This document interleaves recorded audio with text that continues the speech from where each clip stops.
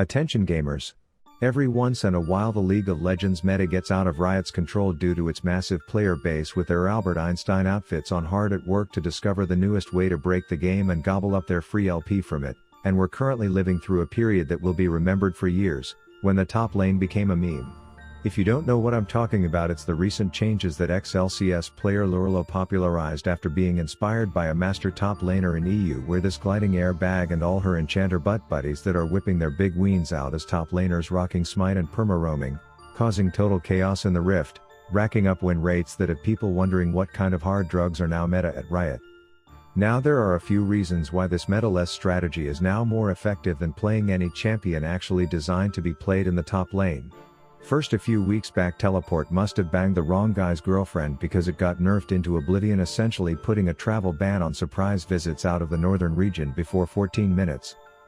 Second, the introduction of objective bounties means if one team's top laner is getting farm and towers while the others is roaming around focusing on getting only a few vital people fed because they as an enchanter don't need much gold, they can get fat bounties as a team.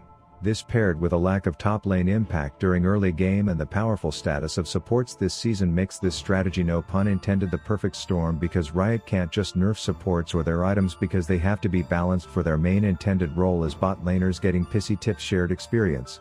So today I am going to first show you this strategy on Zilean, as I feel he is even better than Janna, and then I will take the idea to the extreme with the Tornado Queefer herself and a 3 roaming enchanter 2 hypercarry game.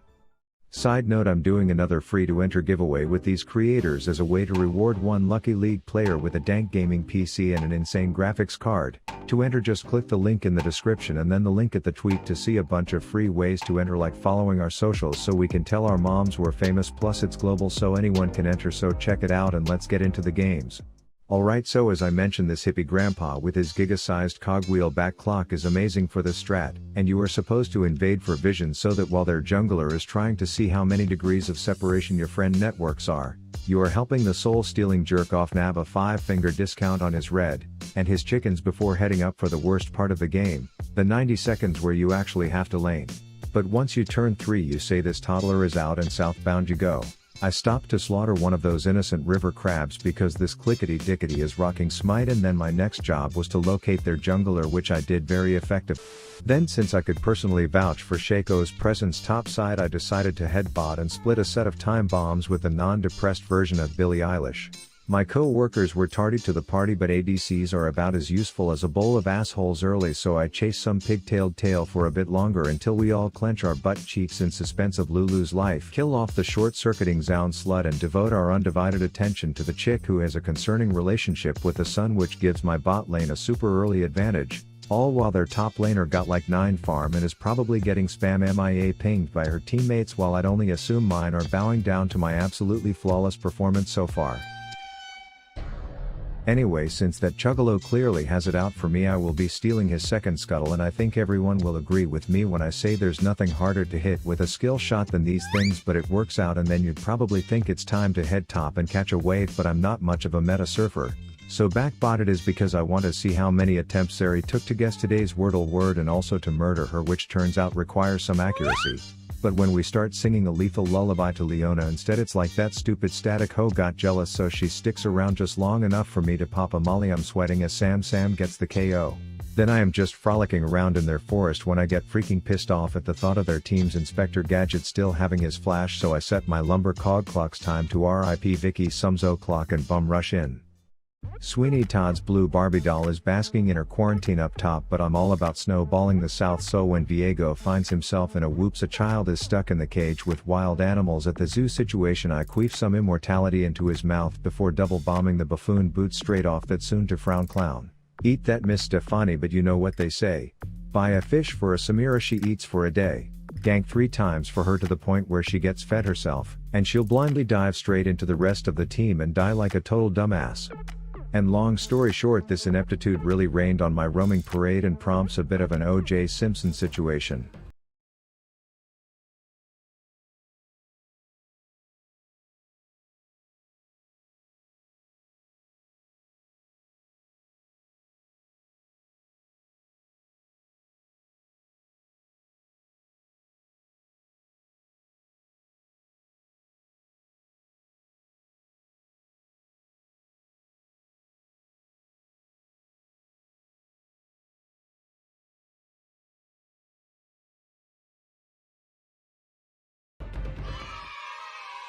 Now here's the thing, their top laner might have taken first tower and be getting intimate with a fat amphibian in your forest with 3 levels on you, but thanks to the bounty system, this scissor simp who has not once interacted with another human, this game is somehow worth a fat shutdown, and since your team is following the buddy system, it's an easy bounty to collect.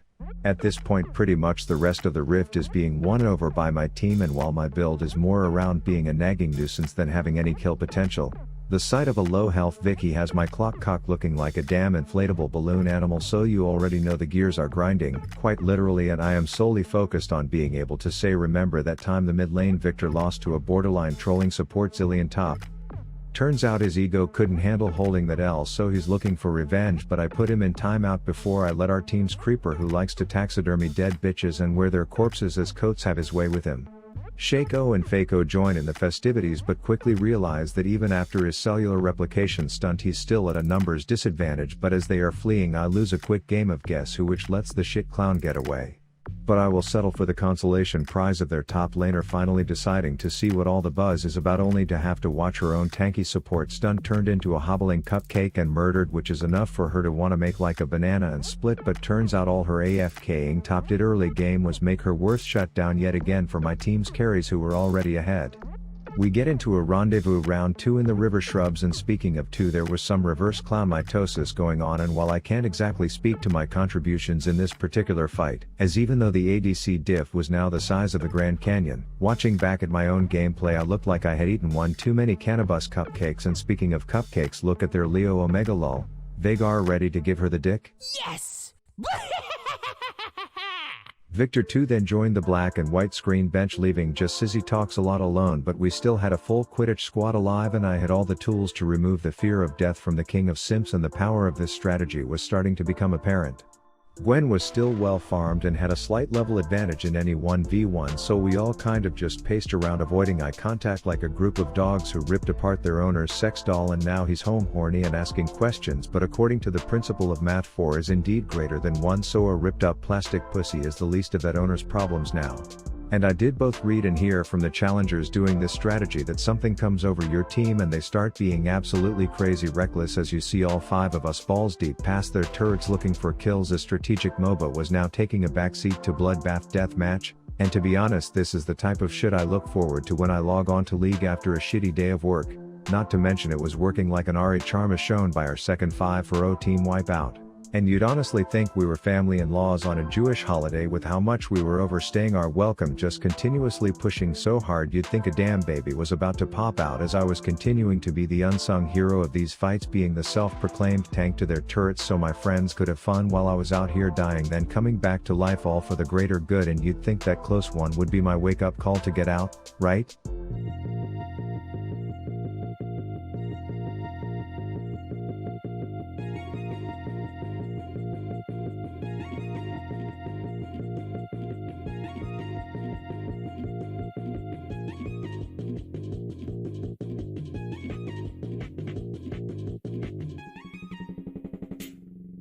We give Baron a group rusty trombone uncontested I might add, and then we shove a bunch of pop rocks up Viego's asshole and let him off the leash.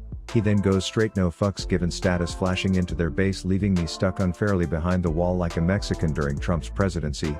Oh, whoops, Rav attempted to make a political joke, better get butthurt and try to kill him, but it'll fail. You can ask this Victor because I will just pop back up full of life like a dick in the morning and reunite with my boys.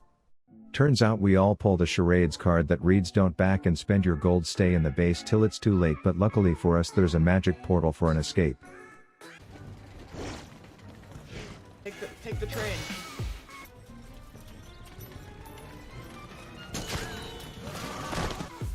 Oh no, only one at a time. Oh my god, I died! I died because of that. I tried to take it to team. Also, it's worth noting that 2 enchanters probably couldn't even kill a fruit fly, but we are like a fidget spinner with a set of tits when it comes to being a good distraction while the team takes dragon. And while the subsequent fight was looking sus at best, I'd like to direct your attention to Exhibit F entitled, What Happens When You Snowball a Samira? And for the record, this one was even defective. Anyways, one more team fight breaks out as we are storming their base like it's the beach of Normandy, and while I could AFK at this point with how far ahead my carries are, I think the value of doing this on Zillion is apparent when your sole contribution in these fights can be to give one fed AF slobbering slaughter or a get out of free jail card. So needless to say, that was an easy and incredibly fun team deathmatch dub, but I was ready to give it a go on Janna with 2 other enchanters as a test. Alright, Cloud Queefer locked in. The team is here and everyone is loaded in and focused, which is more than I can say about their team. So long story short, we get their red while 3 of them get dead, and I'm like, damn, this strat is already getting us ahead. But you already know, someone in my comments be like, bruh, that's just a normal invade, but that loser probably still wets his mom's bed.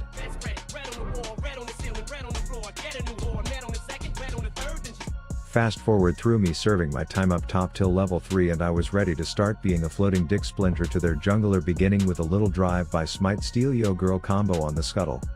But I wasn't done yet. You see, this KFC Emperor was trying his hand at unicorn abuse, but I work for Petia, that's people for the ethical treatment of imaginary animals, and any offenders will be clown cucked, ripped by my tornado terror, and punished by a group gangbang murder.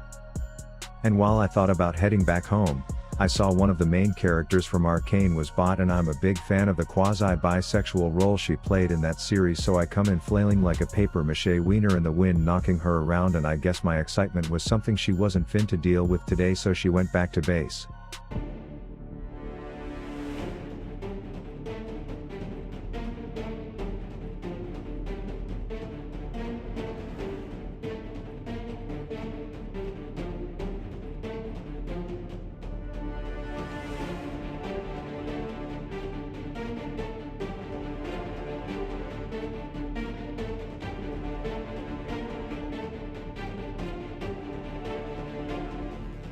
Pause. Okay, let's take votes in the comments. Does Rav survive here, yes or no? Turns out I was able to just walk straight out the front door. Now, another hidden benefit of rocking Smite is that when their jungler turns out to be the product of incest between 2 clinically stupid cousins and dies, leaving a low health but uncontested Drake just sitting there begging to be stolen, you can swoop in and not use your fucking Smite, because no matter how much you make fun of other people in these videos, no one will ever match the level of pure unadulterated idiocracy that you display in your own gameplay. But hey, if there are fellow idiots out there, this strategy is even better for you, because we kind of just need to exist in the right place and let the carries get fed from it and win fights for you. Whoops, looks like they have top lane tier 1 and Diana is up there split pushing it in, so their cuckoo Kachu mid laner is probably assuming that our top laner will defend that, but nope. That's not how this works. And thanks to my mere presence down south all game, the stray that we rescued out of Thresh's lantern is now living her best life out here, which means I had some leeway to make some synapse-worthy montage plays.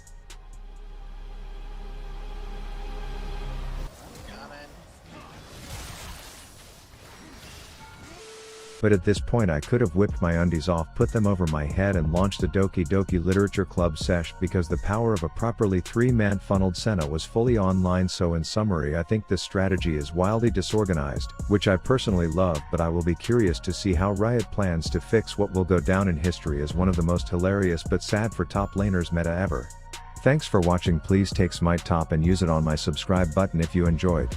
P.S. There's only a few more days left to order the mousepad I use, as its limited edition conveys how I feel about solo queue and will be off the market forever on the 28th, link in the description. Rav out. I'm hard stuck. That's what all the haters say. I'm hard stuck. Giving all my elves he away. I'm hard stuck. Same rank, different day. Cuz low hell's my home and I'm here to stay.